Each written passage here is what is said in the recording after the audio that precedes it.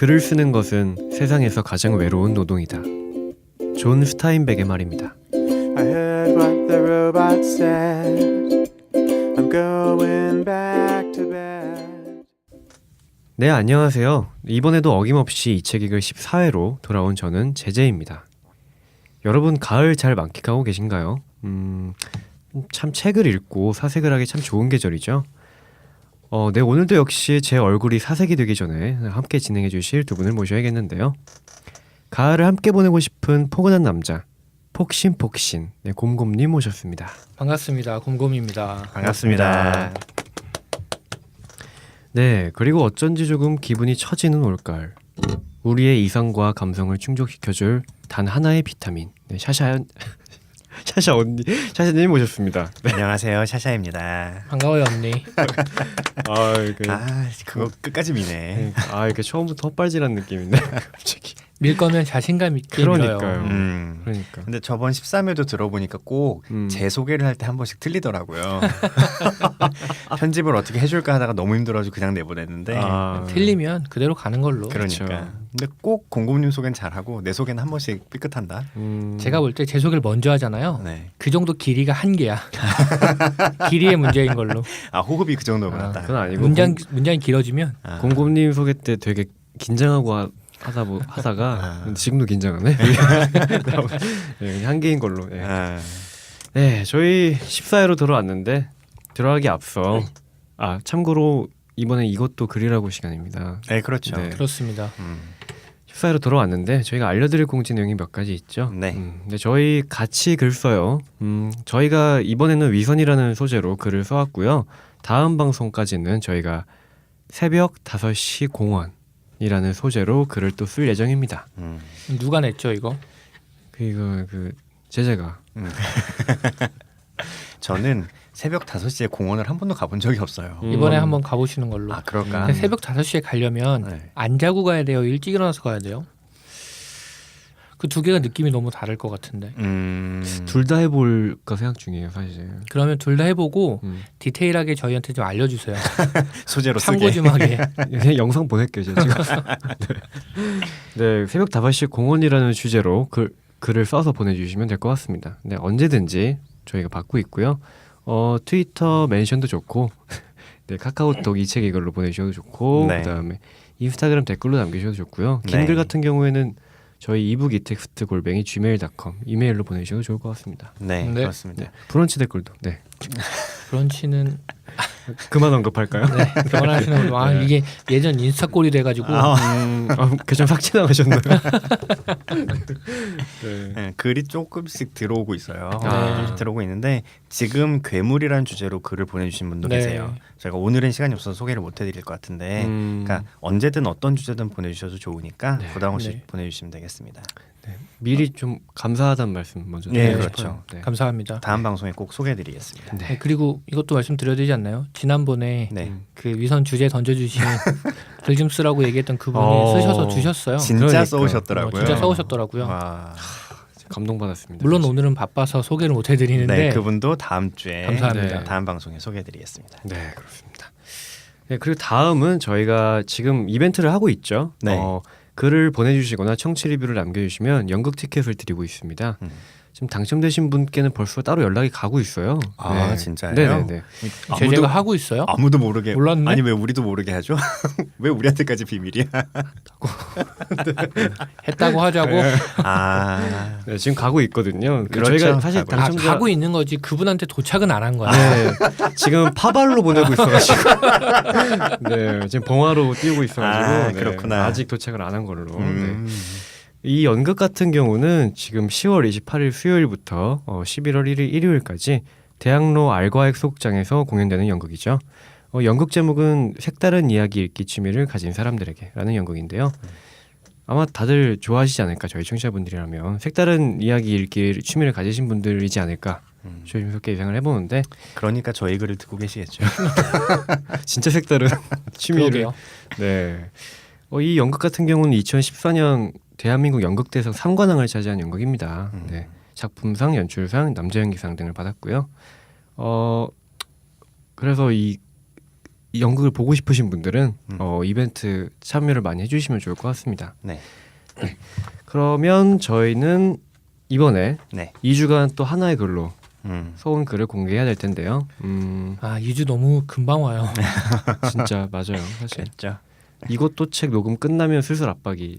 그렇죠. 그렇죠. 네. 그 전에는 안 쓰시나 봐요. 그 전 일주일은 버리는 걸로. 아니 좀 쉬고 머리도 좀 쉬어야죠. 네.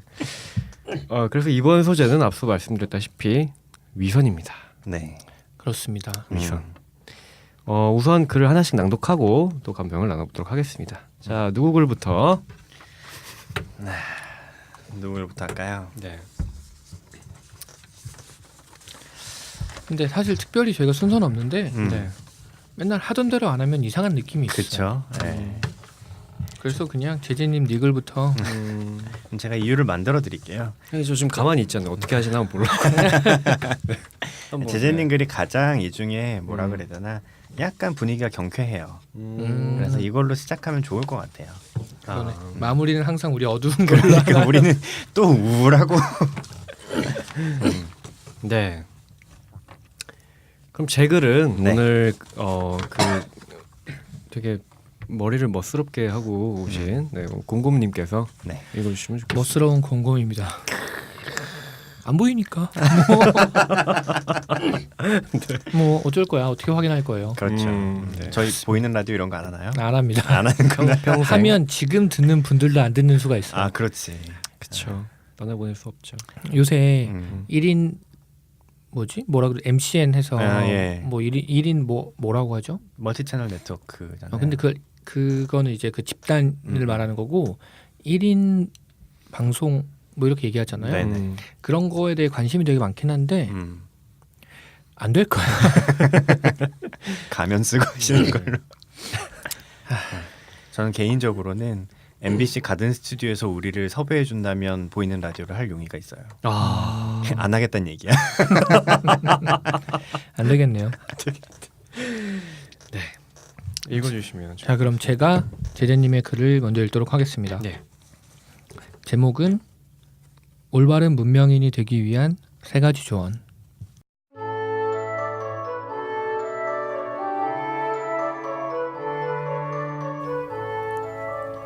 1. 예쁘다고 하라. 진실은 아무런 상관이 없다. 당신은 18세기 프랑스 파리 콩코르드 광장에서 처참한 죽음을 맞이한 마리 앙뚜아네트의 일화를 되새겨볼 필요가 있다. 그녀의 사악함이 파리를 빙하기처럼 얼어붙게 만들었던 시기, 그녀가 고용한 왕정화가 시비앙 똥베르는 마리 앙뚜아네트의 부름을 받고 여느 때처럼 그녀의 초성화를 그리게 된다. 완성된 그림을 보며 마리 앙뚜아네트는 이 그림을 직접 그린 시비앙에게 당신이 보기에 이 그림이 어떤가요? 라고 물었다. 그러자 시비앙은 이번에는 지난번 그림과 다르게 색감이 잘 나온 것 같다고 답했다. 마리 앙투아네트는 그림을 유심히 보더니 다시 물었다. 이번 그림은 당신이 보기에 어떤가요? 그러자 시비앙은 고개를 갸우뚱하며 최대한 심혈을 기울여 그렸기 때문일까요? 근래에 들어 그렸던 그림 중에 개인적으로는 가장 마음에 듭니다. 이런 말씀 드리기 뭐하지만 훌륭하다고 생각합니다. 라고 말이 끝남과 동시에 썩 만족스러운 미소를 지어 보이는 시비앙. 마리 앙뚜아네트가 다시 입을 연다. 그래서 이 그림이 어떻다고요? 시비앙은 재차 같은 질문을 하는 마리 앙뚜아네트를 이해할 수 없었다. 이 그림을 어떻게 생각하실지는 모르겠지만 최근에 연구하고 있던 새로운 기법을 통해 최대한 실물과 흡사하게 그 이후로 시비앙 똥베르를 본 사람은 아무도 없었다. 그로부터 2달 뒤 베르사유 궁전에서 기르던 사자의 분비물에서 그 귀가 나왔다는 소문이 들렸으나 과연 사실인지는 확인할 수 없었다.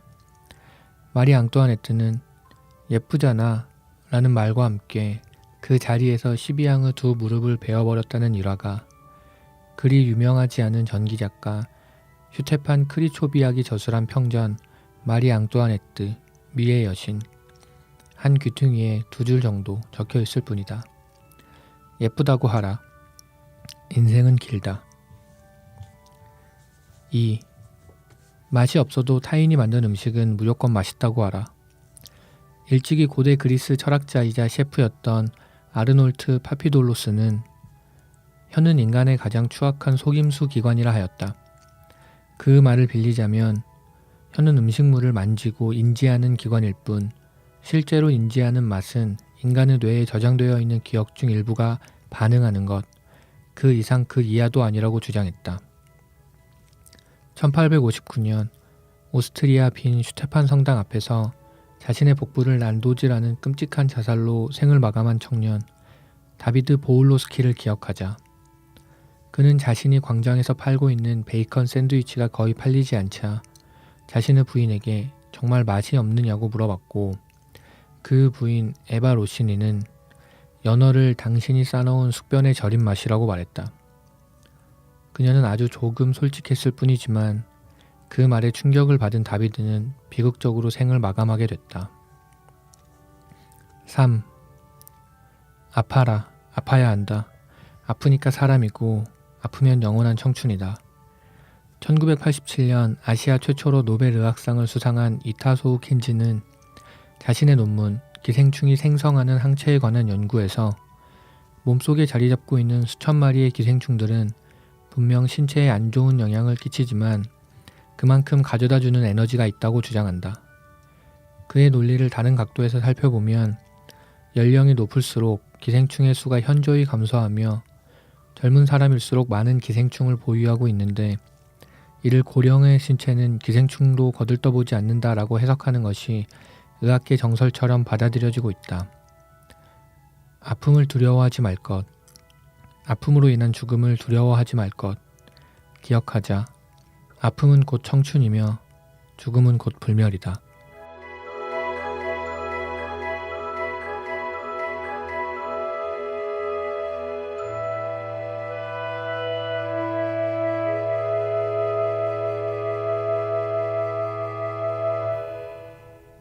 네, 여기까지가 제재님의 올바른 문명인이 되기 위한 3가지 조언이었습니다. 네. 아시죠? 저희 주제는 위선이었습니다. 네, 위선이었습니다. 마지막에 제목을 읽어주셔서 처음에도 읽었어요, 들어가기 예, 전에. 근데 되게 감사했어요. 2번 읽어주셔서. 어. 왜냐면 들으시는 분들이 이게 뭔 글인지 잘 모르실 테니까. 네. 근데 읽기 되게 어려우셨을 것 같아요. 그러니까. 마리 앙투아네트, 뭐 사람 이름들이 어려웠는데 저는 시비앙 똥배. 뭐가 지금 제일 어려웠냐면 네. 이게 양쪽 정렬이 돼 있잖아요. 그래서 네. 오른쪽에서 끝나고 왼쪽에서 어디서 시작하는지 찾기가 힘들어가지고 맞아. 그렇죠. 그래서 한두 번 좀 헤맸네요. 그렇군요. 아유. 네. 저 이름은 잘 읽었던 것 같아요. 네, 잘 읽으셨어요. 진짜. 네, 잘 감사합니다. 저 이름이라도 잘 읽어야지. 근데 그 특히 일본에 들어가 있는 프랑스 사람들의 그 이름은 정말 불어 원어 그 발음 그대로. 들어보셨나요? 아니요. 이거 지어낸 거잖아요. 실제로 시비앙 똥배를 한 사람 없잖아. 어떻게 하셨어요? 그래 나도 그래서 이걸 읽자마자 제일 처음 쓴 질문이 글에 나온 얘들은 실화인가요? 라고 물어보고 싶었는데 그런 생각이 드는 거지. 근데 이런 질문은 좀 촌스러운가? 아니, 촌스러운 건 아닌데 저는 네. 당연히 실화 아닐 거라고 생각해서 이게 제재식의 굉장한 유머 같은 거라고 생각을 했고 그래서 약간 이름에서 느껴지는 어감도 유머러스해요. 굉장히 시비앙 똥배르 이거 되게 유머러스하잖아요. 네. 그렇군요. 네, 그런 거 맞죠? 네, 사실 뭐 샤샤님 아셨겠지만 아셨다고 하시니까 제가 말씀드리는 거지만 네, 여기 나오는 1, 2, 3번 일화가 다 제가 지어낸 그냥 픽션입니다. 그렇죠. 네. 근데 그럴싸해. 그럴싸해. 특히 그럴싸해요. 뭐 이타소 켄지가 기생충이 생성하는 항체에 관한 연구 이런 거 했다는 거 깜빡 속을 뻔했네. 혹시 찾아보신 건 아니죠? 웹에서 뒤져볼 뻔. 네. 그렇습니다. 저는 이거 1, 2, 3으로 나눠져 있잖아요. 네네네. 이 중에 그러니까 약간 어떤 느낌이었냐면 1번은 네. 그런 거지. 읽고 바로 공감했어요. 사실 대답이 정해져 있는 질문에는 고민할 필요가 없다. 예쁘다. 예쁘다. 그렇지. 그렇죠. 전 사실 3번은 잘 이해가 안 됐어요. 어떤 의미일까? 저는 이게 또 제재식의 1, 2번은 제재식의 굉장한 뭐 고급 유머 같은 게 있었다면 3번은 제재식의 유머러스한 반어법이라고 생각했어요. 재밌네요. 그렇게 해주시니까. 아니야? 맞아요, 맞아요. 아닌가? 근데 아니, 네.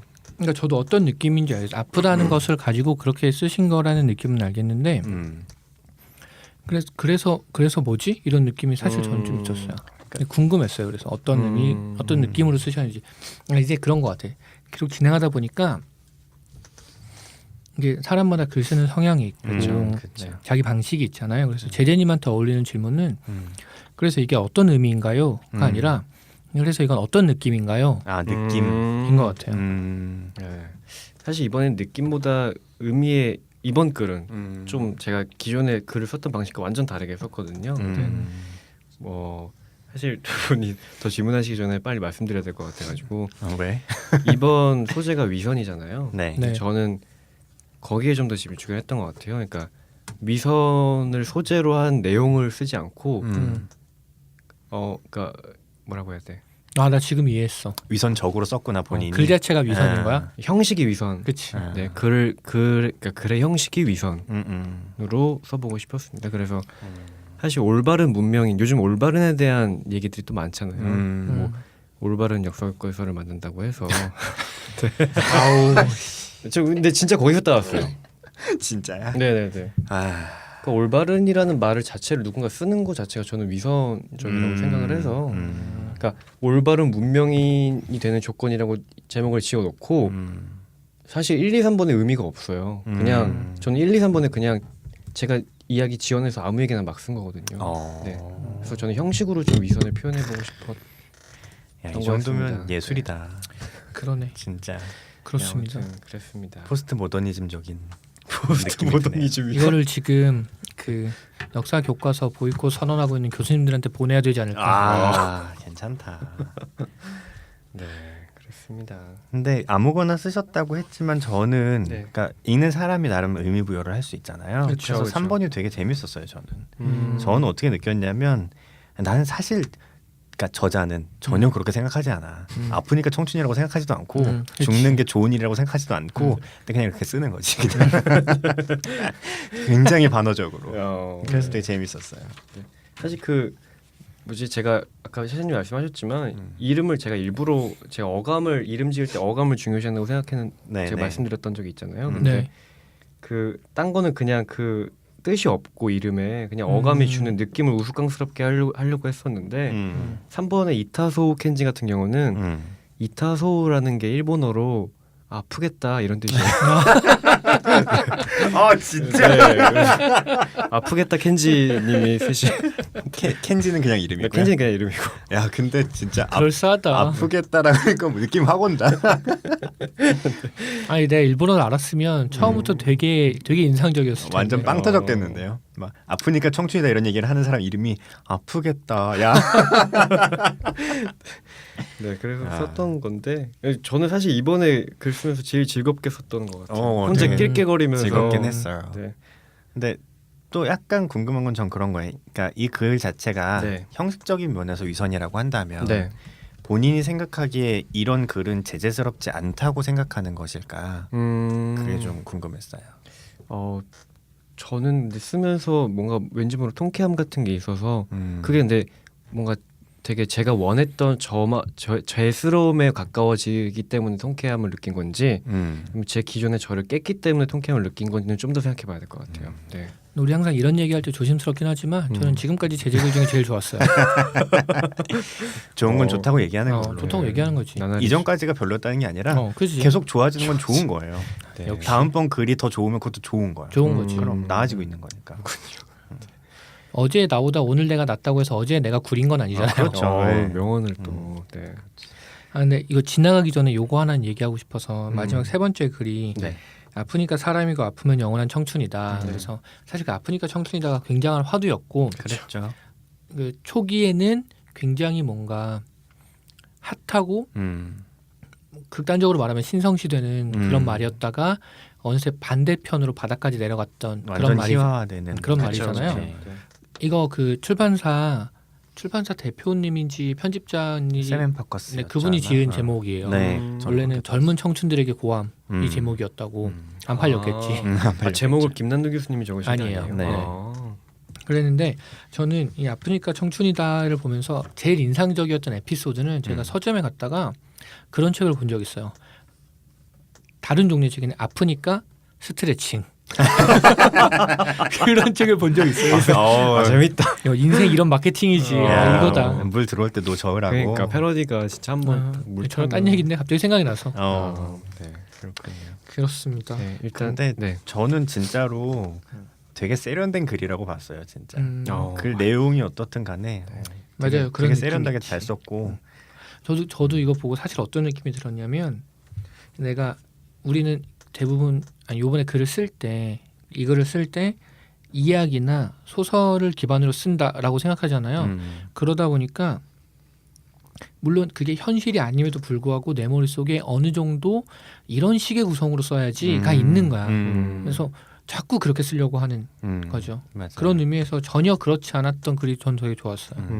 저는 개인적으로 제재한테서도 본인이 그어놓은 뭔가 바운더리 밖으로 한 발짝 나가는 글이 아니었을까 싶고 저희 이 책이글에서도 약간 그런 면이 있는 글이 아닌가 싶어서 전 되게 좋았어요. 그렇습니다. 그리고 이 글을 다 읽고 제 글도 제가 썼으니까 읽었고 샤샤님 글도 읽었잖아요. 네. 그래서 세 개를 다 읽고 나서 제가 느낀 점이 있어요. 어, 그거는 이따 끝나고 끝나고 네. 예고 느낌으로 말씀드렸어요. 네. 별건 아니지만 네, 일단 오늘 이 글을 쓰게 해준 네. 가장 큰 제 영향을 준 이제 여자친구한테 고맙다는 말을 하면서 오. 여자친구가 예쁘다고 하라던가요? 아니요. 그렇게 얘기하면 큰일 나고요. 여자친구분이 음식 만들어 주셨나요? 맛있다고 하라던가요? 아니, 그게 아니라 제가 위선이 아프라고 하라던가요? 제가 위선이 뭐라고 생각하냐고 물어봤는데 제가 너무 글이 안 써져가지고 사실은 근데 가볍게 써 뭐 근데 아예 형식을 위선으로 가져가는 건 어때?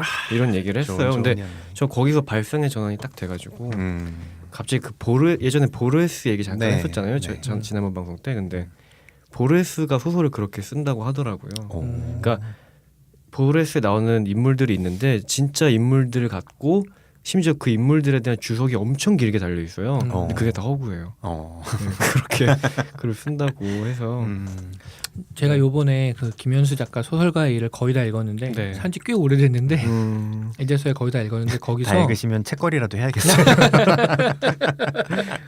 한 10페이지 남았는데 이게 진도가 안 나가네. 책거리는 막걸리로. 예. 거기서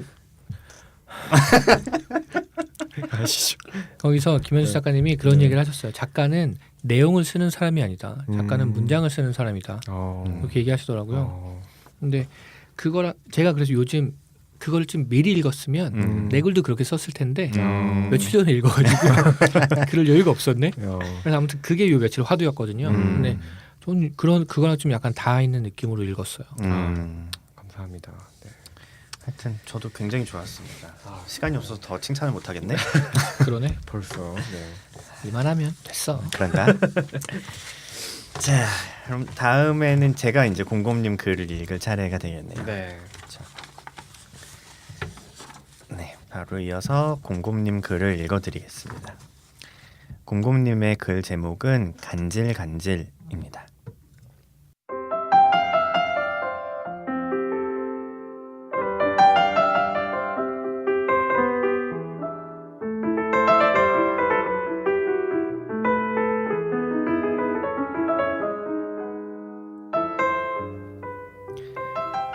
그는 발목을 2번 접은 슬림한 청바지를 입고 있었다. 바지 아래에는 남색과 붉은색 마름모가 겹쳐진 양말을 신고 있었는데 청바지에도 회색 운동화에도 잘 어울렸다. 바람이 차가웠던가 아니면 따뜻했던가 돌아서 한참을 가버린 그를 쫓아가며 평소에 그가 좋아하던 초콜릿을 꺼내려고 가방을 뒤지다가 가방 안의 내용물을 길바닥에 다 쏟아버렸던 그날. 바닥에 굴러다니는 온갖 물건과 마음을 줍기 위해 쭈그리고 앉아 있었던 그 순간 무표정한 얼굴로 초콜릿을 받아들던 그를 바라보며 어색하게 웃고 있던 내 얼굴. 잘 지내 라고 말했었다. 떠나는 그에게 남겨진 내가. 바람은 차가웠던 것 같다. 팔에 솜털이 곤두서 있었다. 하지 못한 말이 남아 목구멍이 간질거렸다. 작아지고 있는 그의 뒷모습이 모퉁이를 돌아 사라지기 전에 어디에든 걸려 넘어져 버리기를 바라며 눈을 떼지 못했다. 내내 후회했다. 행복하지 말라고 웃으면서 얘기해 줄 걸. 끝까지 좋은 사람이고 싶었고 버림받더라도 버림받는 사람이 아니길 바랐다. 어떻게 할지를 생각하지 않고 어떻게 보일지만 생각했다. 마음과 행동이 너무 달라서 무엇이 진짜였는지 알 수 없게 되었다. 어쨌든 후회한다. 불행했으면 좋겠다고 울면서 소리라도 지를 걸 그랬다. 지금도 발목을 2번 접은 슬림한 청바지를 입은 남자를 보면 목구멍이 간질거린다.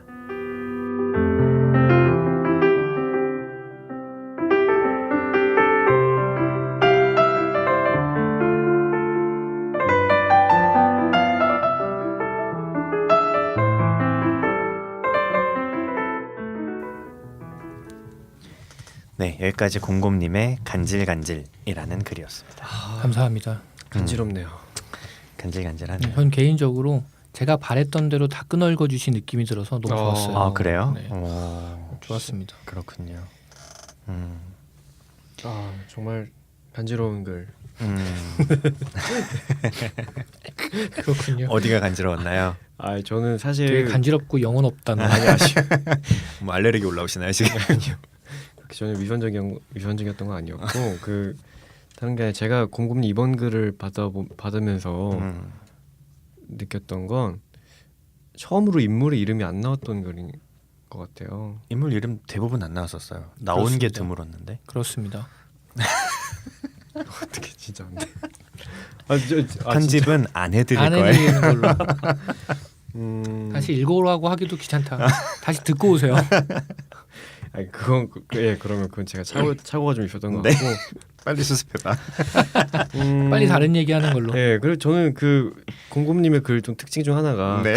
감정 묘사가 정말 음 좋은 것 같아요. 그렇죠. 이런 거 있잖아요. 물건과 마음을 줍기 위해. 그러니까 물건과 마음을 함께 줍는다는 표현이 맞아요. 저도 그 문장 되게 좋았어요. 네. 그러니까 읽다가 탁탁 뭔가 마음을 건드리는 문장들이 참 있어요. 그렇죠. 근데 그게 가끔은 너무 섬세해서 놀라 움찔움찔하는 거죠. 네. 그렇죠. 그랬던 것 같습니다. 저도 그런 서술들이 참 되게 짠했던 것 같아요. 돌아서 한참을 가버린 그니까 이미 이별을 고하고 갔을 거 아니에요. 그렇죠. 근데 그 마당에 그 뒤에다 대고 뭘 하고 싶냐면 초콜릿을 주고 싶은 거야. 내가 준비한 초콜릿을. 그게 되게 짠한 거지. 근데 저는 그게 100% 위선이라고 생각하지 않아요.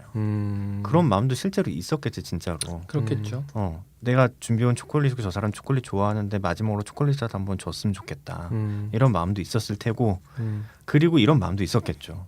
행복하지 그쵸. 말아라고 막 악다구니를 쓰고 싶은 마음도 있었을 테고 둘 다 있었을 텐데 그런 것들을 직접적으로 표현을 안 하고 그냥 초콜릿을 꺼내려고 하다가 허둥대다가 가방을 다 쏟고 그 와중에 되게 구차하게 초콜릿을 집어가지고 웃으면서 주고 이런 장면들을 통해서 그걸 형상화하는 게 되게 인상적이었던 것 같아요. 네, 그렇죠. 그렇습니다. 네. 저는 그리고 위선이라는 게 물론 뒤에 샤샤님 글도 제가 읽고 나서 느낀 거지만 네.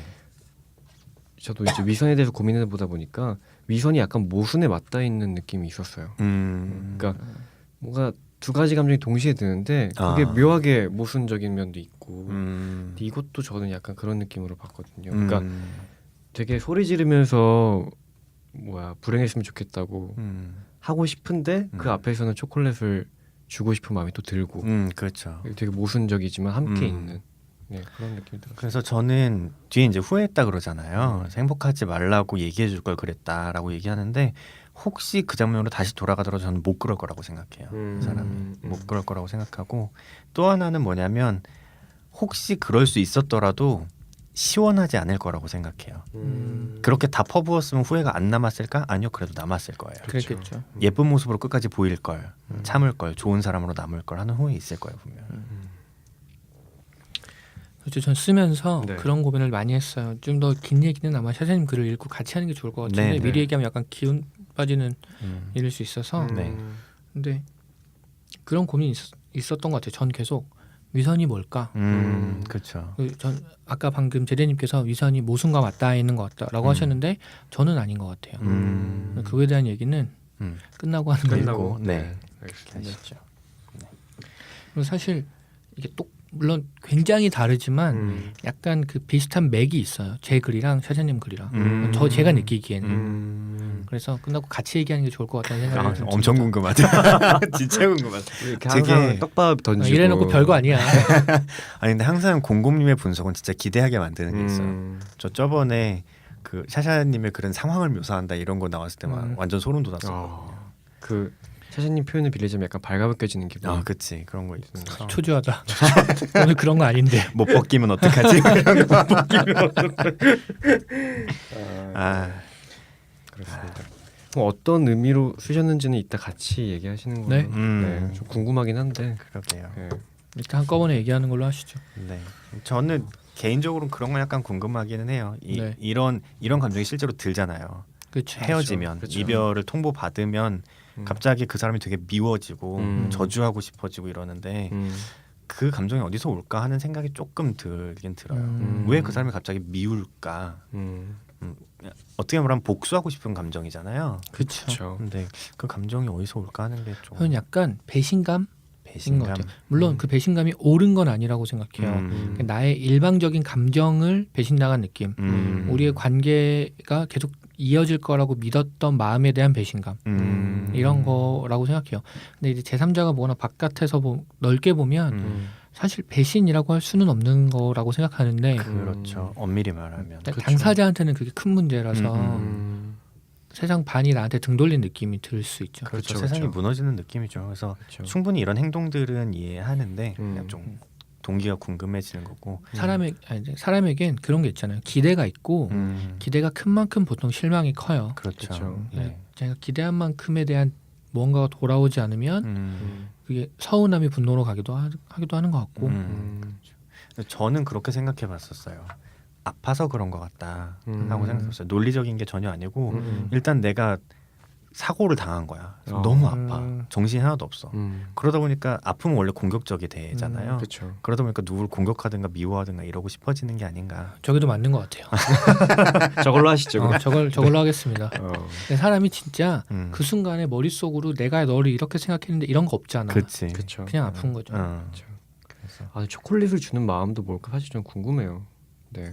그런 마음 있지 않아요? 제도 마냥 글쎄요. 밉기만 할까? 근데 보통 안 좋게 헤어질 경우를 한정지어 생각하면 음. 그럴 겨를도 없이 헤어질 때도 사실 있거든요. 뭔가 이렇게 그렇죠. 뭐 이렇게 안녕을 빌어주는 인사를 하기조차도 되게 그치. 그래서 이건 흔한 네. 반응은 아니긴 한 것 같아요. 이별을 통보받았는데 초콜릿을 준다. 이건 흔한 반응은 아닌 것 같아요. 그렇죠. 그래서 약간 위선이랑 더 맞닿는 면들이 있고. 그렇죠. 네, 그랬습니다. 네, 점점 밑으로 가죠 분위기가. 네, 이제 정점을 찍을 때가 왔네요. 어두움의 우리 정점. 순서 괜찮은 것 같아 이거.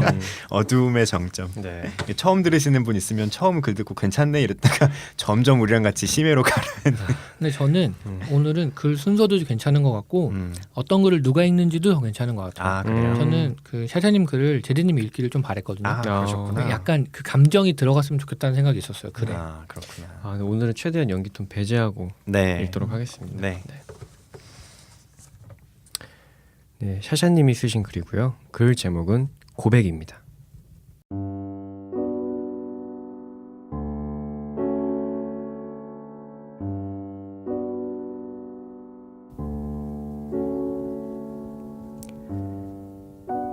어머니 정말 괜찮으시겠어요?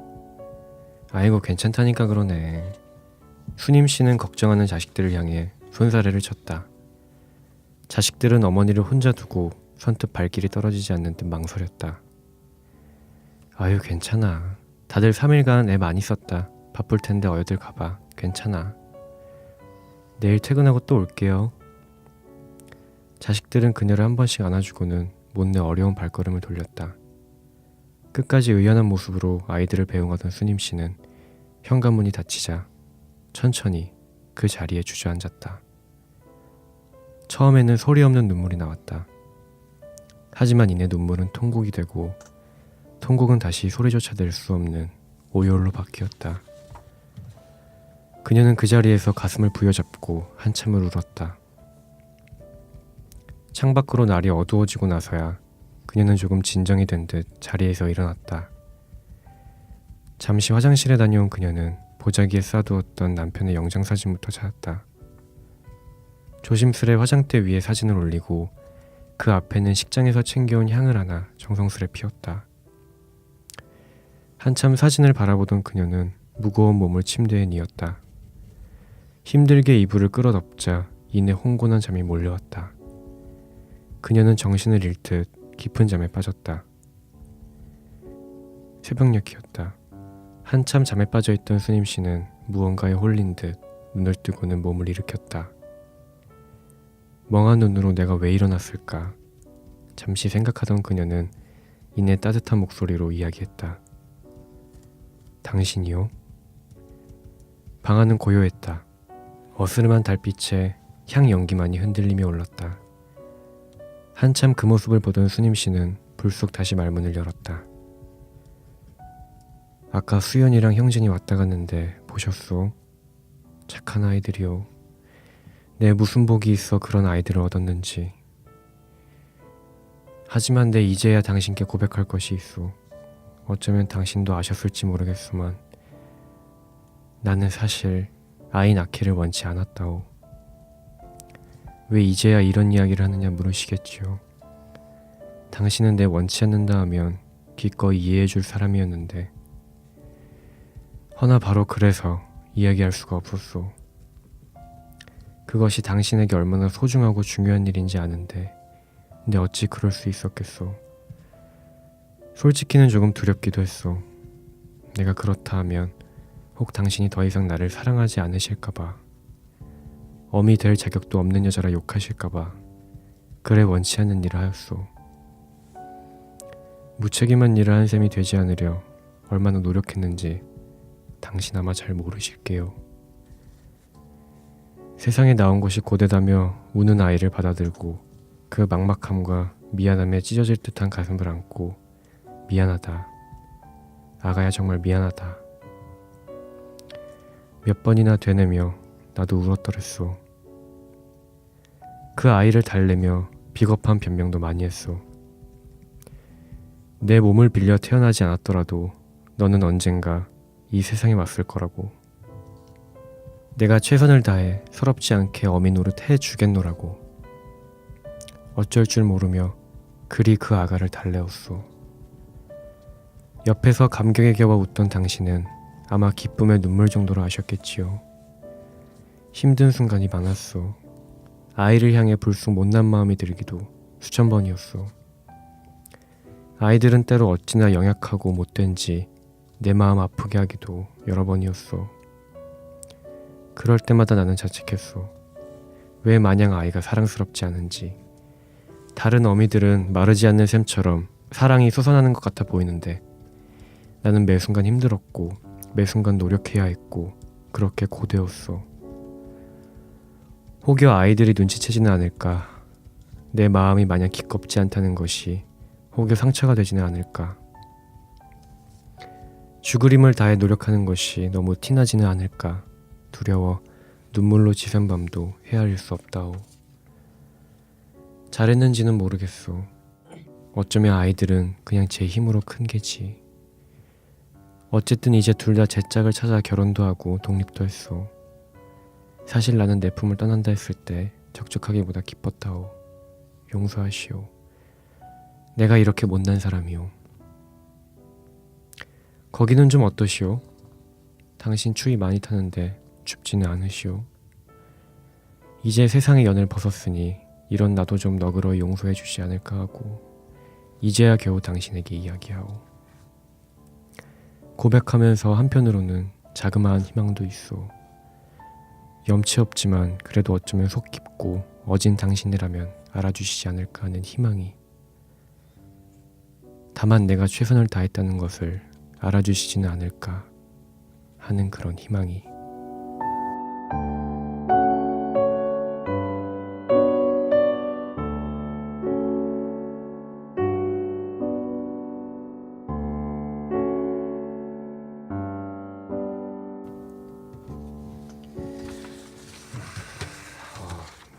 샤샤님의 고백이라는 글이었습니다. 네. 아유, 수고하셨습니다. 오늘도 제 글이 가장 길어서 아, 읽느라 힘드셨을 거예요. 저 다른 거는 괜찮았는데 네. 뭐 일단 감정이 먹먹해지는 건 당연한 거고 그것보다 저는 이제 시옷 발음이 굉장히 약점이라서 다 소로 끝나다 보니까 그 침을 언제 삼켜야 될지 잘 몰라요. 네. 그랬구나. 네, 다 호로 안 들으셨기를 진심으로 저는 약간 처음에 제가 이 글을 받고 읽을 때도 그랬고 네. 지금 제재님이 읽어주실 때도 그랬고 약간 비슷한 느낌인데 저는 사실 이건 개인적인 느낌이지만 일부러 좀 거리를 두면서 읽었어요. 왜냐하면 약간 몰입할까봐 약간 두려웠어요. 그런 느낌이 들어서 제가 약간 노인에 좀 약해요. 그런 노인들의 감정에 좀 약하고 예전에 그런 적도 있어요. 그 집으로라는 영화가 있는데 네. 그 보시면 유승호 군이 제 어렸을 때 그 할머니랑 같이 나오는 네. 영화인데 극장에서 볼 때 영화 시작하자마자 할머니 얼굴을 쫙 클로즈업 하거든요. 그때부터 운 적 있어요. 아무것도 안 했는데 그렇게 얼굴만. 운 적 있어요. 근데 그래서 그냥 그런 느낌인 것 같아요. 저는 이 수님 씨가 느끼는 감정이 너무나 엄청난데 잔잔한 게 너무 슬픈 거야.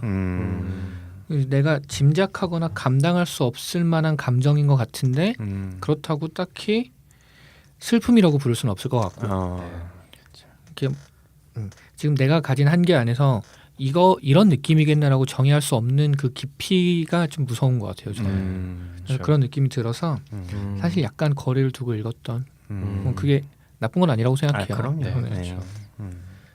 그랬습니다. 네, 그러셨군요.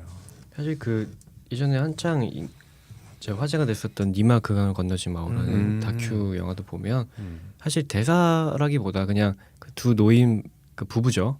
그냥 이렇게 잔잔한 일상을 보여주는 그런 장면들이 많았는데 그냥 아무 얘기하지 않아도 그 장면에서 그냥 그 화면에서 삶에 지나온 깊이라든지 이런 것도 느껴지는 거죠. 그래서 관객들이 그 모습만 보고도 막 펑펑 울었다고 그랬던 느낌이. 저는 사실 네. 길을 가다가 폐지 줍는 분들 많잖아요. 그렇죠. 폐지 줍는 그 할머니나 할아버님들을 보면 멈춰서 아무것도 못할 때가 좀 있어요. 그게 되게 안쓰럽다, 안타깝다는 마음도 아니에요, 사실. 뭔지 모르겠는데 그래. 그런 느낌이 좀 들어요. 또 그리고 이 글로 돌아와서 네네네. 이 제목이 위선이잖아요. 네. 과연 네. 수님 씨는 위선자일까요? 그게 이제 위선이 무엇이냐에 다 있겠죠. 그렇죠. 이제 그런 얘기들을 좀 해보고 싶은 거예요. 그렇죠. 네네네. 그래서 저도 항상 저는 글을 받으면 사전부터 본다고 한번 말씀드린 적이 있었는데 이번에도 위선을 사전부터 찾아봤어요. 네. 사전부터 저도 찾아봤었는데 찾아서 적어왔습니다. 네.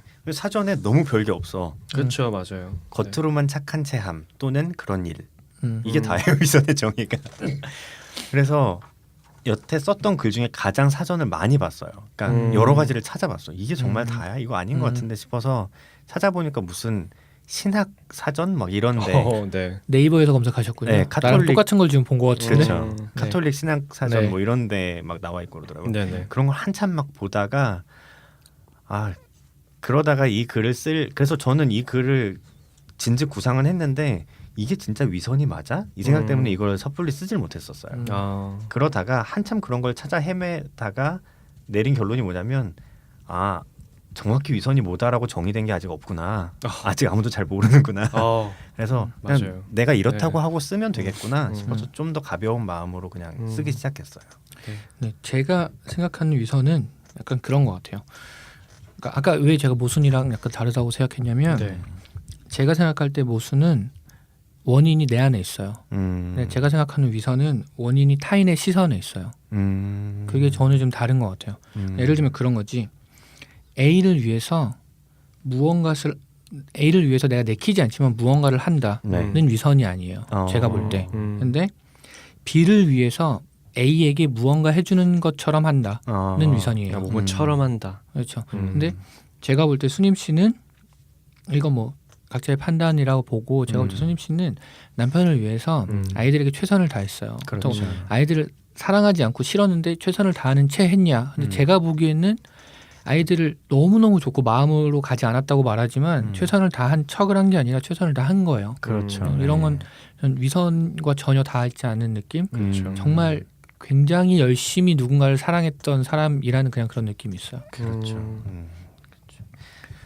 저도 고민이 그런 거였어요. 위선이 정의상으로 아주 짤막한 정의상으로 얘기를 하자면 속에는 그 일을 하고 싶은 내키는 마음이 별로 없는데 겉으로는 그 착한 일을 하는 것이라고 생각하면 이 정도도 위선일 수 있겠다라고 생각을 했는데 하다 보니까 그게 아니라 혹시 악한 동기로 착한 일을 해야 그게 위선인 걸까?까지 나갔었어요. 악한 동기로. 저도 비슷한 고민을 하다가 어떤 행위의 판단 기준이 그 행위 자체일까 동기일까인 거죠. 그래서 물론 둘 다 중요할 텐데 어느 쪽이 좀 더 무게가 있을까? 어느 쪽이라고 생각하시나요, 두 분은? 되게 어려운데 저는 문득 그런 생각이 드네요.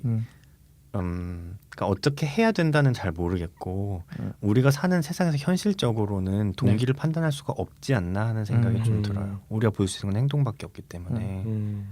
제리님은? 저도 그 둘 중에 고르라고 하면 못 고를 것 같아요. 저 잘 모르겠어요, 사실은.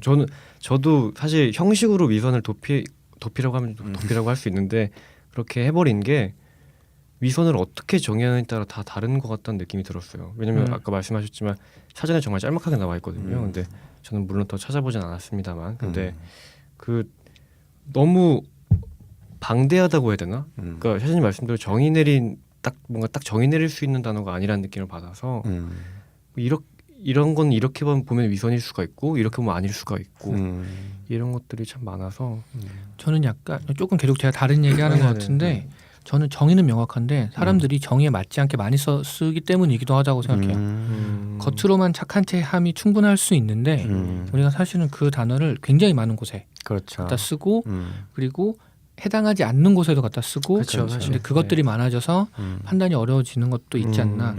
저는 개인적으로 약간 샤샤님 말처럼 저는 행위 쪽이었다고 생각해요. 그런 서양 속담이 있죠. 지옥으로 가는 길은 선의로 포장되어 있다. 그렇죠.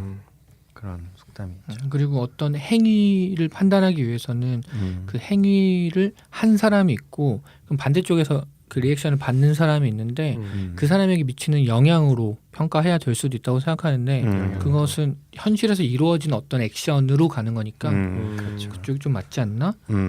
그리고 약간 요즘 그런 생각도 들었어요. 요즘은 오히려 위선이라는 단어보다 위약이 쿨함으로 보이는 시대인 것 같기도 하다.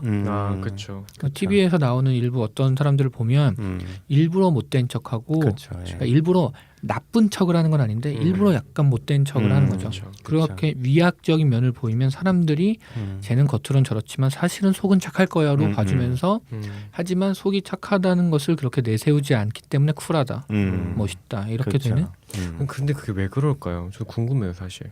어떤 면에서 보면은 위약스럽게 하는 것들을 쿨하게 받아들일 수 있는 게 사람들이 조금 위선에 좀 지친 게 아닐까? 그렇죠. 저는 네. 정반합일 거라고 생각해요. 네. 착한 척하는 것들에 많이 질렸기 때문이 아닐까 하는데 저는 근데 그런 풍조가 있을 때부터 딱 생각했던 게 뭐냐면 아니 위선이 나쁜가 하는 생각이 그렇죠. 들었어요. 저도 똑같은 지점에서 네. 고민했어요.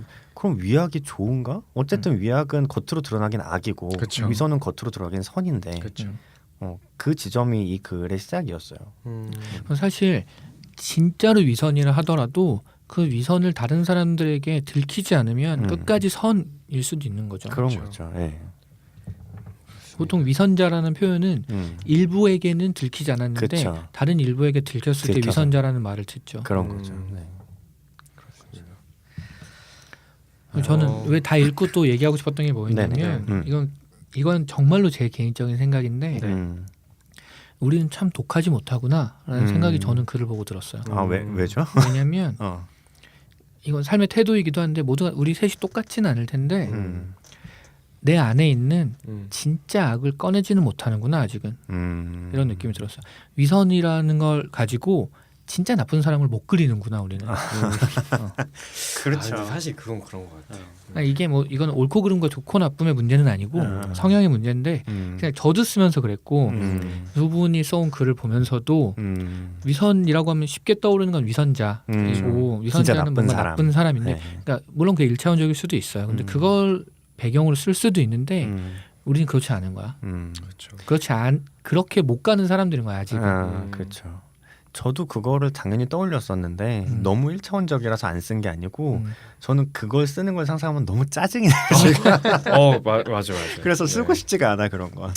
그렇죠. 아. 그럴 수 있죠. 저 살면서 진짜 어렸을 때부터 뭐 조금 자그마한 거에서부터 제가 위선적이다라고 느끼는 경우가 되게 많은데 그냥 그걸 쓰면서 제가 감정 소모하고 싶지 않은 느낌이 있었어요. 사실은 어느 그치. 정도. 네.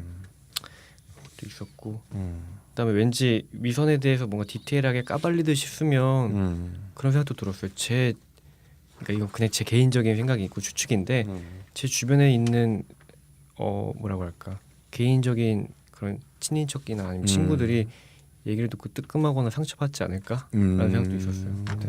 그게 사실 글 쓰는 사람들의 가장 큰 그런 이슈 중에 하나인 것 같아요. 그렇죠. 네.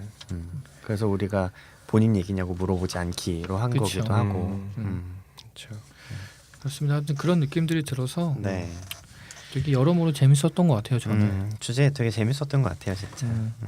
그 이선 소재 던져주신 분 글도 네. 읽어드리고 싶은데 아쉽네요. 사실. 다음 방송에 꼭 소개해드리겠습니다.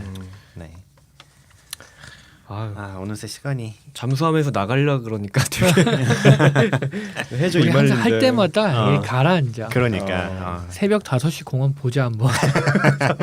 거기 무슨 발랄한 일이 있겠어 새벽 5시 공원에. 사실 좀 기대되네요.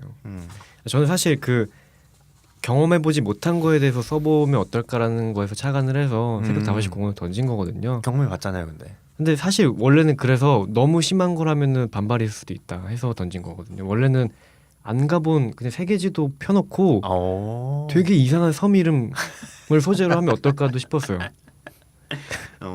벌써 공무원 표정이 안 좋으신데. 네. 피곤하네요. 네, 아무튼 그렇습니다.